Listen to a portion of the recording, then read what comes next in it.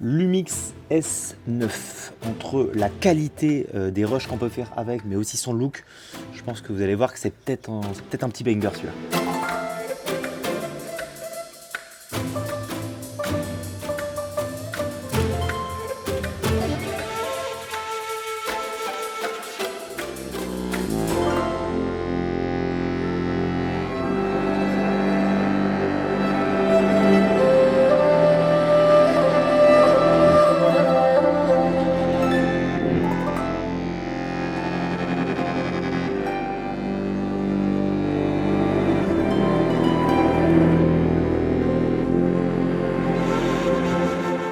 Alors on est sur un boîtier quand même avec des capacités pro mais qui est hyper compact. On va voir quand même qu'il a des très bonnes capacités en photo et en vidéo dans une taille de capteur qui est hyper intéressante aussi. Mais il n'a pas que des qualités, il a aussi des défauts dont j'aimerais vous en parler qui peuvent un peu limiter. Mais là on est sur un boîtier qui peut clairement concurrencer un Fuji X106. Alors pour info, Lumix nous a bien invités au Japon pour tester ce boîtier là. Et bon voilà, il y a pire on va dire qu'un endroit pour tester des boîtiers. Mais donc on va parler un peu plus du boîtier, des specs, de pour qui il est fait, qu'est-ce que ça vaut contre un S5 II ou même un Fuji. Bref, dans cette vidéo, on va voir les plus et les moins aussi qu'on a avec ce boîtier-là. Et le moins qu'on puisse dire, c'est que je ne m'attendais pas à ça. Allez, on est parti.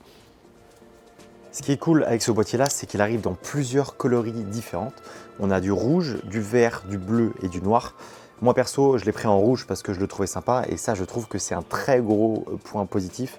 C'est que du coup, tu peux un peu le personnaliser comme tu veux. Et en fait, ça devient limite un espèce de petit accessoire de mode que tu peux emporter un peu partout avec toi. Et donc, tu mets une petite bandoulière avec et tout de suite, tu as un objet sympa à porter. C'est un boîtier qui est interchangeable, hein, donc ça veut dire que du coup, on peut changer et mettre n'importe quelle optique qu'on veut sur le boîtier. Alors, dans la réalité, il est surtout très beau avec cet objectif-là, qui est un objectif qui ouvre à f8 et qui est manuel. Donc, clairement, il est inutilisable. Enfin, moi, je l'ai très peu utilisé. Donc, en fait, tu es un peu obligé de changer d'objectif et de mettre un qui est un peu plus gros, vu que c'est un boîtier plein format. Tu as forcément des optiques qui sont un peu plus grosses et forcément il a un peu moins, on va dire, de dégaine. Mais ils annoncent une nouvelle optique, le 18-40, qui va sortir fin d'année, qui est pour le coup quasiment de la même taille, un poil plus grand, mais qui je pense va beaucoup mieux passer avec ce boîtier là que des plus grosses optiques. Si on parle un peu maintenant des specs de ce boîtier là, parce qu'en fait il renferme énormément de choses dans un tout petit boîtier. C'est ça qui est assez impressionnant, c'est que déjà on est sur un capteur plein format, ce qui est assez rare dans cette taille de boîtier, et c'est le même capteur qu'on connaît déjà en fait sur le S5 II et le S5 IIX. Donc d'un point de vue résolution, qualité d'image, basse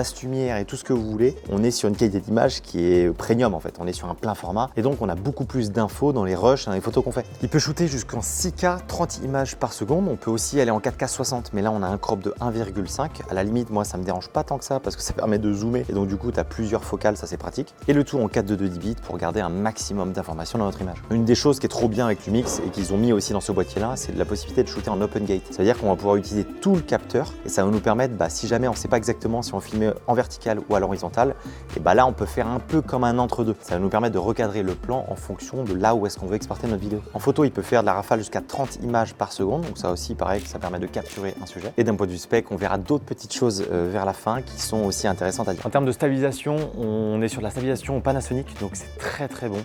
Honnêtement, tu as plusieurs modes et tu en as un, on dirait vraiment que c'est un trépied où tu n'as quasiment pas besoin de bouger. Alors il faut faire attention quand on est sur des grands angles, on peut avoir un peu de vaguelettes dans les coins, mais globalement la stabilisation est excellente et ça permet du coup, moi j'avoue que depuis que je shoot sur Panasonic, je prends plus spécialement de stabilisateur parce que ça va plus m'encombrer pour faire quelques plans. Ça va pas remplacer un stab non plus quand tu vas vite, mais globalement ça marche quand même très bien. Ok, on va parler maintenant, je pense du truc le plus important avec ce boîtier là, c'est la qualité d'image. Parce que allez, 95% des plans que vous voyez avec ce boîtier là dans cette vidéo là ont été tournés et du coup sortis directement du boîtier. J'ai fait aucune retouche, aucune correction, tout sort du boîtier comme ça. Mais malgré la compacité du boîtier, on est clairement sur une qualité d'image qui est très bonne, quoi. Sans rentrer trop dans les techniques, mais on est sur de la 4K oversamplée de la 6K, donc ça veut dire qu'on utilise vraiment tout le capteur et qu'on a un maximum d'infos dans notre image. On peut filmer en Vlog, donc c'est un profil qui est log, donc c'est-à-dire que sorti du boîtier comme ça, tout est désaturé et décontrasté, sauf que c'est ce profil-là d'image qui va nous garder un maximum d'infos, surtout notamment dans le ciel ou dans les zones sombres de l'image. Maintenant, il y a une seule chose qui fait que pour moi cet appareil-là est un banger, c'est la possibilité d'intégrer des luttes et aussi des presets entre guillemets pour nos photos directement dans le boîtier. Ce qui veut dire qu'en fait, on n'a pas spécialement besoin de faire la colo ou de faire du montage après derrière. Et c'est là où je trouve qu'ils sont pas cons parce que pour moi, ce boîtier-là, on en parlera un petit peu plus tard, mais il se destine à ceux qui veulent pas se prendre la tête. Et c'est exactement ce qu'on peut faire justement avec ce Real Time Minute. On veut pas se prendre la tête, on veut juste filmer, partager directement sur les réseaux sociaux ou l'envoyer à des potes ou quoi que ce soit. Et je vous donnerai mon avis à la fin, mais entre celui-là et un Fuji X106 que j'ai aussi.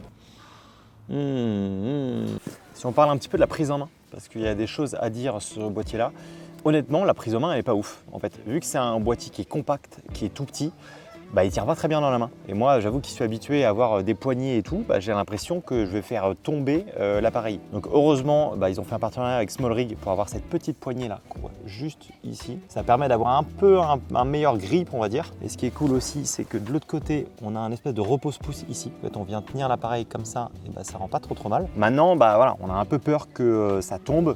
Donc la prise en main n'est pas incroyable. Après, tu peux pas tout avoir, hein. Tu peux pas avoir un petit boîtier tout fin comme ça, hyper compact et avoir une bonne prise en main. Mais c'est quand même important à noter que pour moi, c'est un peu indispensable d'avoir soit une lanière, soit quelque chose pour protéger, entre guillemets, que vous puissiez tenir correctement la caméra parce que tu as peur de le faire tomber, quoi. Tant qu'on est sur la prise en main, on va parler aussi du boîtier parce qu'il y a pas mal de petites choses à dire.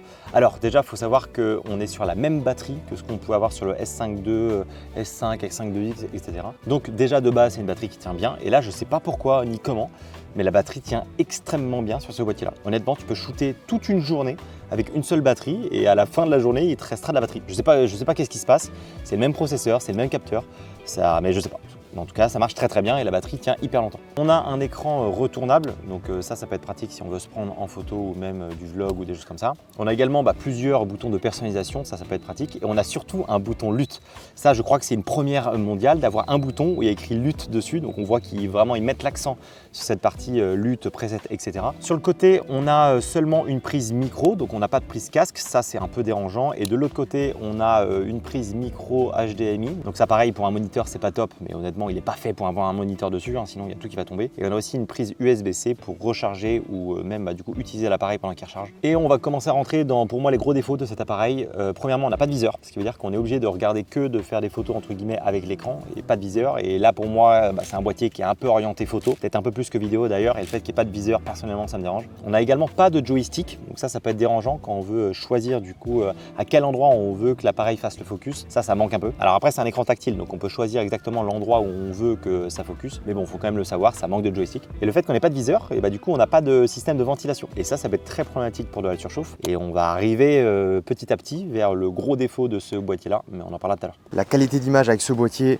c'est quand même pas mal du tout, mais aussi ce qui rend justement la qualité des vidéos qu'il peut faire hyper intéressante. C'est encore plus important que les images, c'est le son. Et une vidéo qui a une musique qui correspond pas au plan qu'on est en train de monter, c'est une vidéo qui marche pas. C'est pour ça que le choix de la musique, c'est pour moi la partie la plus importante quand on fait un montage, et donc faut pas se planter. Et pour ça, heureusement qu'il y a Artlist. Artlist est l'une des plateformes qui propose un maximum de musique, et ça qui est hyper intéressant, c'est qu'il y en a dans tous les styles, pour tous les moods, et en fonction de ce que vous voulez filmer, le site va vous proposer plusieurs styles de musique qui pourraient correspondre. Et honnêtement, moi ça va faire quasiment 4-5 ans que je suis sur Artlist. Même avant de travailler avec eux, justement j'étais sur Artlist et j'ai toujours trouvé toutes mes musiques dessus. J'ai justement essayé d'autres sites pour voir un peu ce que ça pouvait donner, mais je reviens toujours sur le même. Simplement parce qu'on a du choix, que les musiques sont de qualité et que aussi Artlist c'est un pack global. On a également des templates de motion design, on a aussi du sound design qui est du coup dédié. On a des vidéos libres de droit si jamais on n'a pas pu faire des plans de drone, notamment moi au Japon. Bref, Artlist c'est aujourd'hui une solution complète et c'est surtout, je crois, l'un des logiciels les plus utilisés par les vidéastes, et c'est pour une bonne raison, parce qu'on trouve toute la musique qu'on cherche. Si jamais Artlist vous intéresse, ils ont plusieurs abonnements en fonction de ce que vous avez besoin, et d'ailleurs si vous voulez 2 mois supplémentaires gratuits, je vous mets le lien en description, et en plus si vous passez par mon lien, ça aide la chaîne. Donc merci à Artlist de me suivre depuis autant d'années, et nous on va retourner à parler de ce petit bijou parce qu'il y a pas mal de choses à dire, notamment sur les points positifs, mais aussi vous allez voir des points négatifs. Alors vu que c'est le même capteur que le S5 II, on a aussi un double ISO natif, ce qui veut dire qu'en basse lumière, quand il fait nuit ou quand il n'y a pas beaucoup de lumière, vous pouvez passer à ISO 4000 et vous aurez quasiment pas du tout de bruit à l'image. Le bruit numérique, si vous ne savez pas, c'est quand justement un plan est soit sous-exposé ou soit justement la montée en ISO est un peu trop forte. Vous avez des espèces de petits grains à l'image qui sont pas hyper jolis. Et donc là où on a le moins de bruit numérique, panoramique, c'est quand on est bien exposé avec un ISO natif. Et donc le fait d'avoir un double ISO natif, donc un à 640 et un autre à 4000, ça permet d'avoir une image qui est plus jolie, mieux exposée. Et donc on supprime quasiment le bruit numérique. Donc niveau basse lumière, il se débrouille pas mal. C'est pas un Sony non plus, mais globalement, voilà, comme un S5 II ou un S5 IIX, c'est le même capteur, et donc on a la même performance en basse lumière, et c'est plutôt pas mal. Si je vous parle un peu de l'autofocus, il est quand même très bon. Il y a une nouvelle génération d'autofocus qui est arrivée avec le S5 II et qui était du coup excellente, bien mieux que ce qu'on avait connu du coup avec l'Umix. Et ce qui est trop cool, c'est que du coup le S9, il hérite aussi de cet autofocus là. Donc on a le choix sur les humains, sur les animaux, on a l'autofocus aussi qui va capter l'œil. Donc on a clairement un autofocus qui est largement utilisable, sur lequel on peut se reposer, on sait que ça va quand même bien marcher. Comme je l'avais dit pour le S5 II, je trouve qu'il a encore un tantinet en dessous de ce que peut faire Canon et Sony, mais globalement il se débrouille quand même très bien, en tout cas moi il fait ce que je lui demande, mais de temps en temps il va pomper sur des sujets alors qu'il devrait pas, je sais pas trop pourquoi, mais la plupart du temps, en tout cas pour ce que je fais, moi ça suffit largement. Ok, quand je teste un boîtier, je fais toujours un truc à la fin, je dis les plus et les moins de chaque boîtier que je teste. On va commencer du coup par les plus de ce boîtier et ensuite on verra les moins. Premièrement, l'Umix lance une nouvelle app. C'est hyper pratique parce que déjà ça permet de transférer hyper rapidement les fichiers de l'appareil au téléphone. Dans cette nouvelle app, on peut envoyer des fichiers quand ça marche bien, c'est hyper pratique. On peut aussi créer des luttes, ça c'est trop cool, mais on peut du coup retoucher nos vidéos et ensuite créer une lutte qu'on va mettre dans l'appareil directement. Alors le petit plus, c'est qu'on peut aussi choisir les luttes d'autres créateurs. Donc c'est-à-dire que sur l'application, on a le choix entre plein de luttes. Bon, alors, pour l'instant, c'est assez limité ce que ça vient de sortir. Mais du coup, vous pouvez retrouver ma lutte Sunset sur l'application. C'est une lutte que j'utilise dans énormément de projets différents et que du coup j'ai adapté pour ce boîtier-là. Et forcément, je trouve le rendu plutôt sympa. Ensuite, gros plus, c'est la durée de la batterie. Ça, honnêtement, j'étais hyper étonné. On en a parlé tout à l'heure. Mais avec une batterie, vous pouvez tenir la journée. Donc en vrai, tu pars avec 2 batteries sur un week-end, t'es tranquille. Alors malgré que ça soit un petit boîtier, vu que c'est une monture L, on peut mettre tous les objectifs qui sont en plein format. Ce qui veut dire que déjà on a un parc d'optique qui est énorme, donc ça c'est quand même un plus, mais on peut aussi mettre des objectifs anamorphiques. Donc ça va donner un rendu qui est un peu différent. C'est peut-être pas le boîtier le plus adapté pour ça, mais en tout cas on peut le faire. Et donc avec Pana, on a une stabilisation dédiée à la partie anamorphique et on a aussi un D-Squeeze pour voir exactement à quoi ça va ressembler. Et en fait c'est ça que j'adore, c'est que malgré que ça soit un tout petit boîtier, on a tous les outils d'un boîtier un peu pro, notamment les waveforms. Ça permet de savoir un peu si ton image est bien exposée ou pas. Moi c'est le truc que j'adore utiliser, qu'on n'a pas dans tous les boîtiers, et donc trop content qu'on l'ait aussi dans le S9. Ça c'est des standards mais qu'on n'a pas dans tous les boîtiers. En photo et en vidéo, on a la possibilité de cropper dans le capteur, et on a aussi une nouvelle fonctionnalité qui s'appelle, je crois, le crop dynamique ou quelque chose comme ça. Ça va marcher avec un zoom. En fait, je sais pas qu'est-ce qui se passe, mais ça va quasiment faire un x2 sur ton zoom. Et du coup, un 24-70, tu peux l'emmener beaucoup plus loin et ça te permet d'avoir limite plusieurs objectifs en un. Ça, j'espère honnêtement qu'ils vont l'intégrer dans le S5 II parce que c'est une dinguerie, ça permet d'être beaucoup plus polyvalent, juste d'avoir un objectif un peu zoom et qui couvre quasiment toutes les plages focales. Donc ça, c'était les plus. Maintenant, on va parler des moins. Parce qu'il y en a quelques-uns des moins, on va pas déconner, tu peux pas tout avoir non plus. Alors première chose, on l'a vu tout à l'heure, on n'a pas de viseur. Et ça, moi personnellement, ça m'embête pour un appareil qui est justement destiné à la photo. Ensuite, on n'a qu'un seul slot SD. Ça c'est classique de tous les petits boîtiers de cette taille-là, mais du coup, si jamais tu veux faire du backup ou même avoir plus de cartes SD, c'est pas possible. On peut pas bloquer la roue de l'obturateur. Et du coup, moi, plusieurs fois, je me suis retrouvé avec un obturateur qui était pas bon parce que j'avais mis ma main dessus. Et du coup, l'obturateur changeait. Parce que je le changeais sans faire exprès quoi. Ça serait juste bien d'avoir un petit bouton pour le bloquer pour éviter que ça change tout le temps. Ça serait pas mal. On n'a pas de shutter mécanique, c'est uniquement un shutter électronique. Alors on va dire que dans 95% des situations c'est pas dérangeant, mais de temps en temps, si jamais il y a des lumières un petit peu différentes, on peut avoir apparaître des espèces de lignes. Et ça peut être dérangeant, notamment tout ce qui est en photo, en concert ou quand il y a de la lumière artificielle, de temps en temps ça peut le faire. Moi j'ai essayé de chercher, j'en ai pas trouvé non plus beaucoup de situations où je l'avais, mais ça reste quand même un moins forcément parce qu'on n'a pas de shutter mécanique. Mais le plus gros point négatif de ce boîtier là, c'est que vu que c'est tout petit, qu'il n'y a pas de ventilation, qu'est-ce qu'on peut avoir comme problématique? Alors c'est potentiellement la surchauffe, mais c'est du coup pour contrer ça, en fait ils ont mis une limite d'enregistrement de vidéo qui est de 15 minutes. C'est-à-dire que quand vous lancez une vidéo, vous pouvez aller jusqu'à 15 minutes max et ensuite la vidéo va s'arrêter. Alors ça pour beaucoup et pour qui a assez destiné ce boîtier là, ça va pas spécialement les déranger. Par contre pour tous les créateurs de contenu qui font justement des facecam un peu comme ça, des interviews, des choses comme ça, ça pour le coup c'est pas bon du tout quoi. Alors après on a testé, une fois qu'on arrive aux 15 minutes, on peut relancer la vidéo et je crois qu'on peut monter jusqu'à plus d'une heure et demie, il n'y a pas de surchauffe. Donc je pense honnêtement que cette limitation va potentiellement être un peu augmentée parce que 15 minutes je trouve ça vraiment peu. Mais bon, faut garder en tête que ce boîtier là, il n'est pas du tout destiné à des vidéastes un peu plus pro ou à des gens qui font de la création de contenu comme moi. Et moi typiquement ce boîtier là, je vais l'emmener plutôt en vacances ou des choses comme ça. Donc j'avoue que cette limitation là typiquement j'ai filmé énormément de choses au Japon, ça m'a pas dérangé. Maintenant parlons du prix parce que là aussi ça se démarque un petit peu. Le boîtier nu est à 1699 €, ce qui est honnêtement pas si cher que ça pour du plein format. C'est quand même une technologie avec des boîtiers qui sont en général à plus de 2000 €. Donc là, le fait qu'on ait un boîtier dans ce prix-là avec toutes les fonctionnalités qu'il a, ça me choque pas tant que ça. Maintenant, un boîtier nu, ça sert à rien, donc tu es obligé d'acheter une optique avec. L'avantage avec ce boîtier-là, c'est que tu peux trouver plein d'optiques différents. Alors aussi, ils vendent plusieurs packs avec des zooms. Pour l'instant, moi, les zooms, je les trouve pas incroyables. J'attends le 18-40 qui sort fin d'année. Là, on pourra voir à peu près ce que ça vaut. Mais le 20-60, je suis pas très fan. Pour moi, c'est le genre de boîtier qui fonctionne très bien avec une optique fixe, notamment le 35 mm 1.8. Lumix a plein d'optiques fixes qui font la même taille. Et moi, ma préf, c'est clairement le 35 mm, surtout que je crois qu'il y a une grosse offre de lancement qui l'optique revient à moins 600 €. Donc on peut faire un pack boîtier plus optique à autour des 2000 €. Et ça, pour moi, c'est le meilleur combo qu'il y a. Alors certes, c'est un coût, un boîtier à 1700 €, c'est pas voilà. Mais en boîtier plein format, à part le Canon R8, il n'y a pas grand monde qui est dans ce marché-là. Et à titre indicatif, le Fuji X106, il coûte le même prix avec une optique du coup fixe dessus, donc tu peux pas changer le boîtier. Et aussi, c'est un capteur APS-C, donc elle est là la grosse différence. Mais bon, on va voir maintenant, je pense, pour qui il est fait ce boîtier-là, parce que il n'est pas fait pour tout le monde. Parce que c'est ça qui n'est pas évident à choisir, parce qu'on a quand même un boîtier avec des fonctionnalités plutôt avancées dans un corps, on va dire, assez compact. On a vu qu'il avait des bonnes qualités, on a aussi vu qu'il avait quelques défauts, mais après c'est normal, le boîtier parfait n'existe pas. On ne peut pas avoir un boîtier aussi compact que celui-là avec toutes les fonctionnalités d'un boîtier plus gros qu'un S5 II, qu'un Sony A7 IV ou quoi, ou ce que tu veux. Mais du coup, pour moi, ce boîtier-là, il se destine à tous les photographes et les vidéastes qui veulent pas se prendre la tête en fait. C'est vraiment le même fonctionnement que ce que peut faire un Fuji X106.